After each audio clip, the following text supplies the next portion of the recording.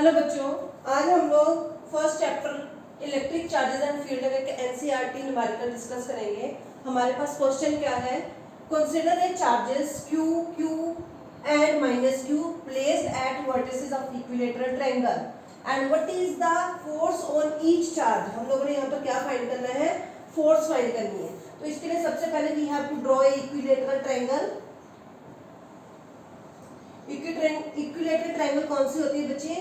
The three sides of the triangle that is equal. Suppose this is A point, B point, C point. At A plus Q charge, B point plus Q charge, C point minus Q charge. Is it okay? Now, at A and B, पहले diagram को समझो. At A and B, both are positive charges. According to vector law of Coulomb's law, A is going to apply force on B. तो यहाँ पर एक force लगेगी. Suppose karo that force is F. Is it okay? Now B is also going to apply force on A. That force is in this direction. ये direction इस तरफ क्यों है? क्योंकि A जो भी B पर फोर्स लगाएगा उसका नेचर क्या होगा, रिपल्सिव। एंड B जो A पर फोर्स लगाएगा उसका नेचर भी क्या होगा, repulsive nature. Is it okay? Suppose कर लो the length of this equilateral triangle is L sorry, ठीक है। Come to the point. Now A is going to apply force, A C पर फोर्स लगाएगा, कौन सी, अट्रैक्टिव फोर्स, तो वो force क्या होगी, F. B is also going to apply force at C, that is F. I hope everyone understood. Now what is the F? आपके पास Coulomb's law के अकॉर्डिंग एफ क्या है, दैट इज के Q1 Q है, Q2 भी Q है और डिस्टेंस कितना है, L square. Is it okay? तो आपके पास एफ क्या आ जाएगी, के Q square by L square, ठीक है। Now suppose कर लो this is a point, this is a two vector forces making some angle. What is the resultant? तो इस फोर्स का रिजल्टेंट क्या होगा, this is, तो this is F1, ठीक है। तो F और F इसके बीच में भी एक रिजल्टेंट होगा, तो वो रिजल्टेंट हम लोग सपोज कर लेते हैं F2। Is it okay? Now एक फोर्स इधर लग रही है, एक फोर्स इधर लग रही है, तो यहाँ पर भी इसका रिजल्टेंट आएगा, तो वो रिजल्टेंट क्या आएगा, F3. So you have to find what is the force on each charge. At a charge, what is the resultant force? Resultant force is a F1. Now come to the diagram.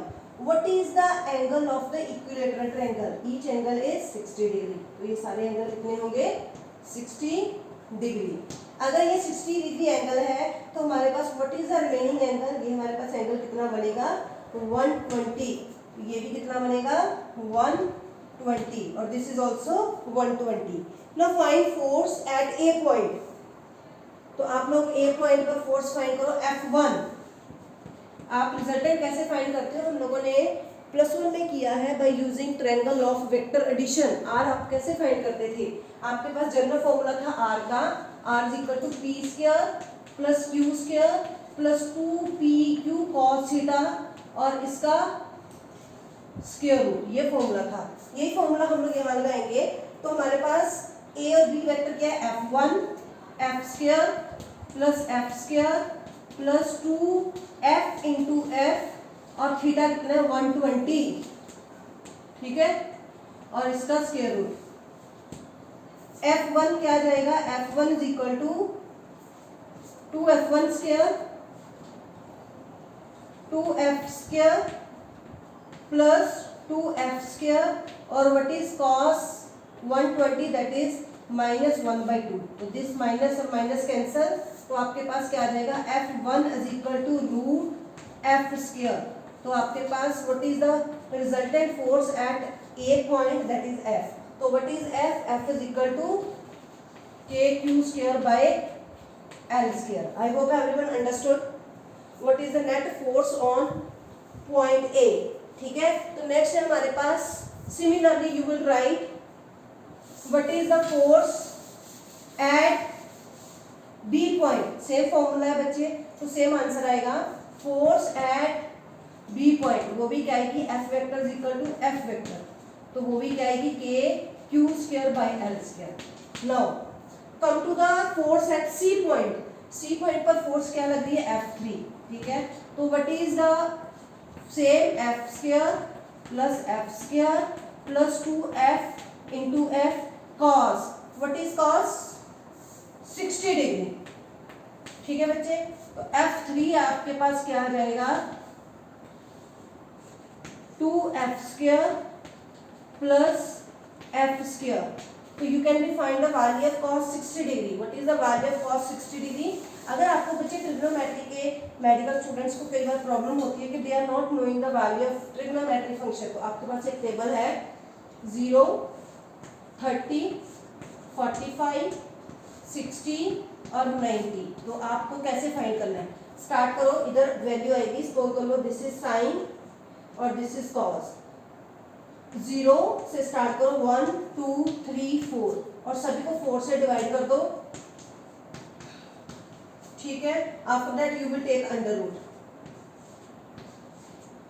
तो जो भी आपके पास answer आएगा वो cos की value होगी, sign की value होगी। अगर आपने कॉस की वैल्यू लिखनी है तो रिवर्स शुरू कर दो, 1√3/2 45 आ जाएगा आपके पास, सेम ही आएगा 1/√2 और 60 आ जाएगा 1/2। ठीक है बच्चे, तो यहाँ पर आपके पास cos 60 क्या आएगा 1/2, दिस इज कैंसल। तो आपके पास F3 क्या आ जाएगा √3f vector. So these are the forces on the charges A, B and C. And in the next lecture we have to start electric field, that is very important topic.